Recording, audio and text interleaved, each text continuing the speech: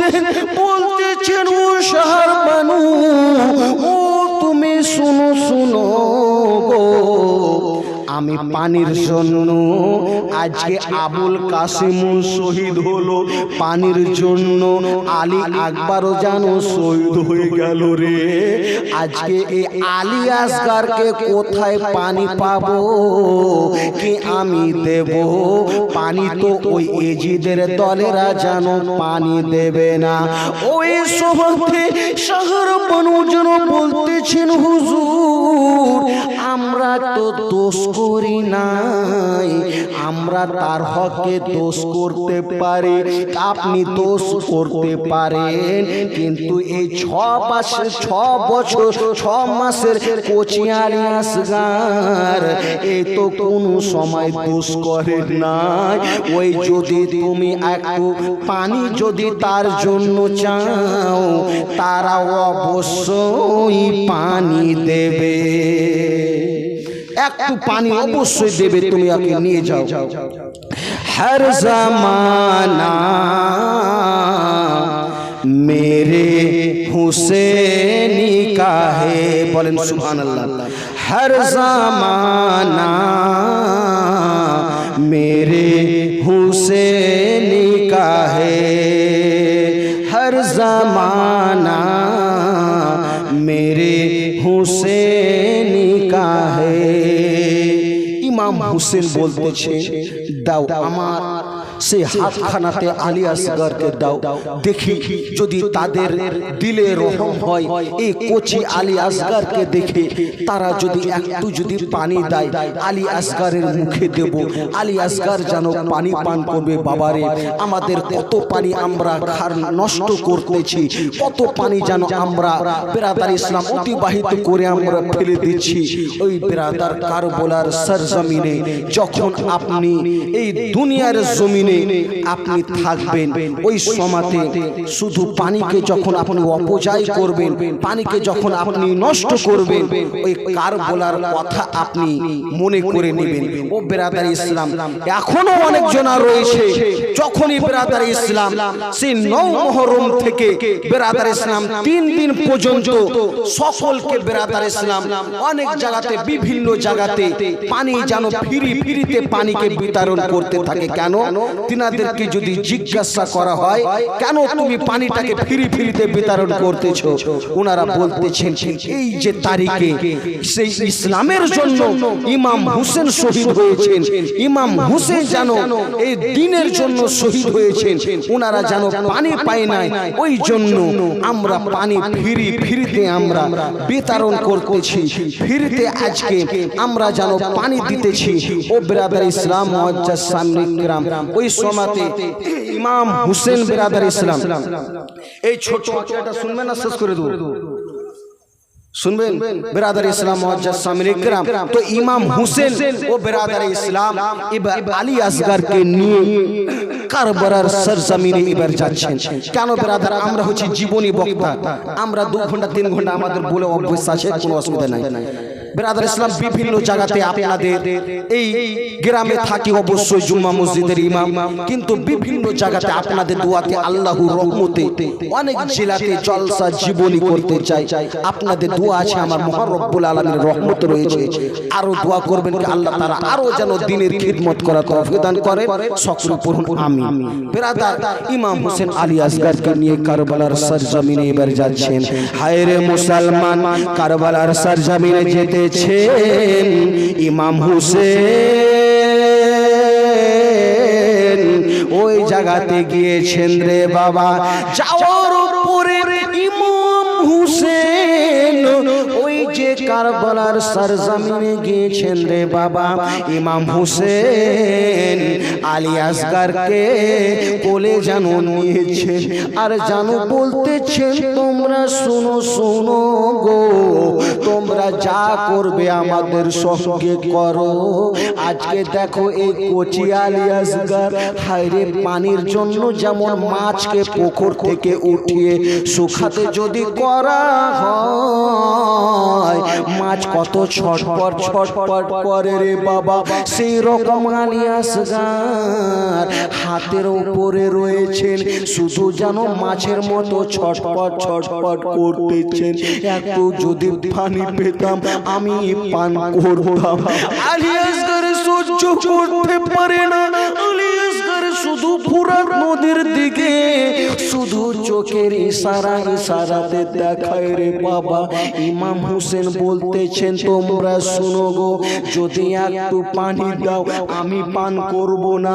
এ আলী আসগার পানির জন্য ছটপট ছটপট করতেছে রে। আমরা চাই না, আমরা পানি পান করতে চাই না।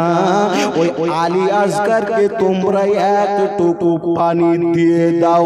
ওই যে জিদের দলেরা বলল, না না না, ও ইমাম হোসেন শুনো শুনো গো, আমরা পানি কখনো তোমাকে তোমার সন্তানকে আমরা দেব না। তোমরা যদি এজিদের হাতে হাত দিয়ে বাইত হয়ে যাও, তোমরা পানি তোমরা পান করতে পাবে, তোমাদেরকে এই কুফা শহরে রাজা করে দেওয়া হবে। কিন্তু এখন তোমরা কোনো মতে পানি পান করতে পাবে না। ইমাম হোসেনের হস্তে ধরে কান্দে সাকিনা, আব্বা ছেড়ে যেও না গো, আব্বা চলে যেও না।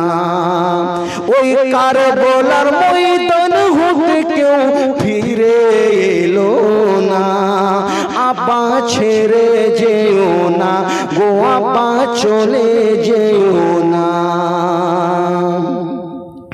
ইমাম হোসেন কারবালা যাই ঘোড়ার উপর চড়ে, মা সাকিনা পড়ে আছেন ঘোড়ার পা ধরে।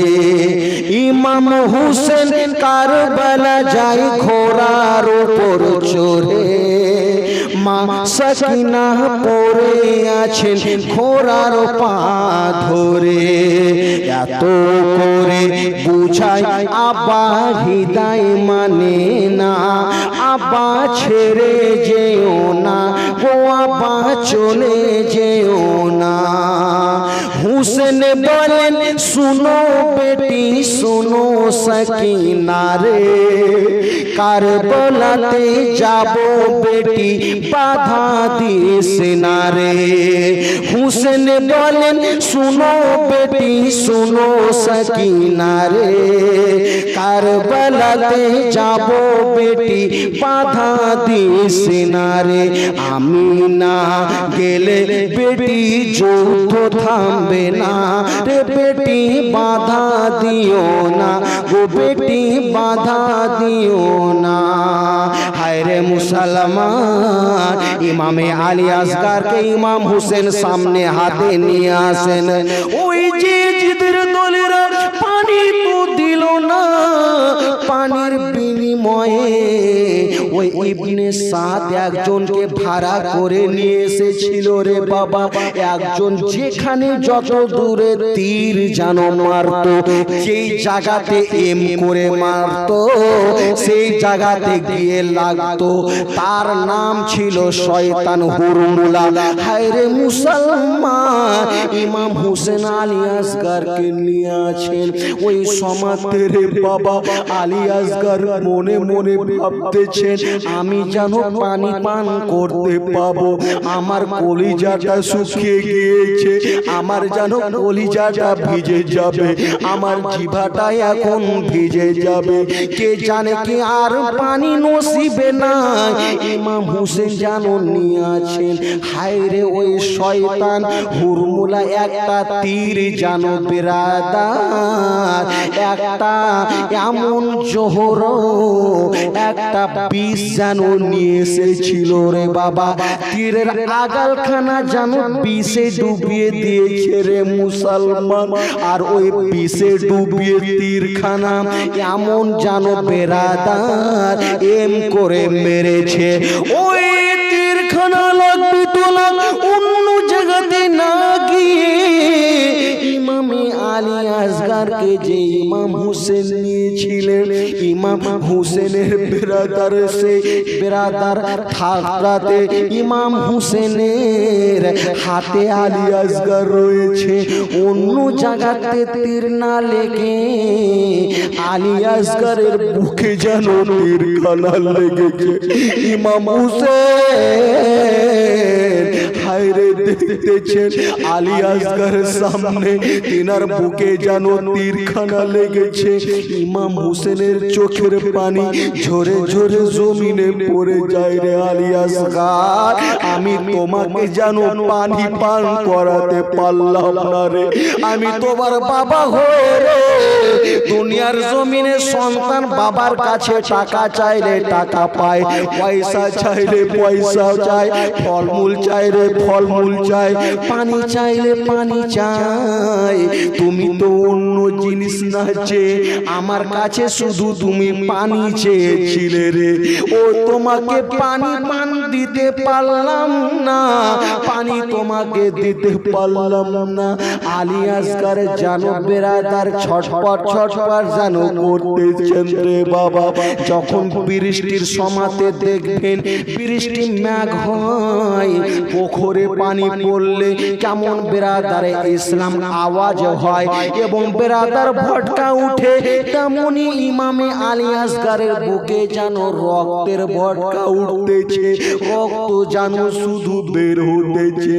আলী আসগার আর যেন বেরাদার দুনিয়ার মধ্যে থাকলেন না। ইমাম হুসেনের চেহারা দেখে দুনিয়া থেকে বিদায় নিয়ে নিলেন। সকলে পড়ুন ইন্না লিল্লাহি ওয়া ইন্না ইলাইহি রাজিউন।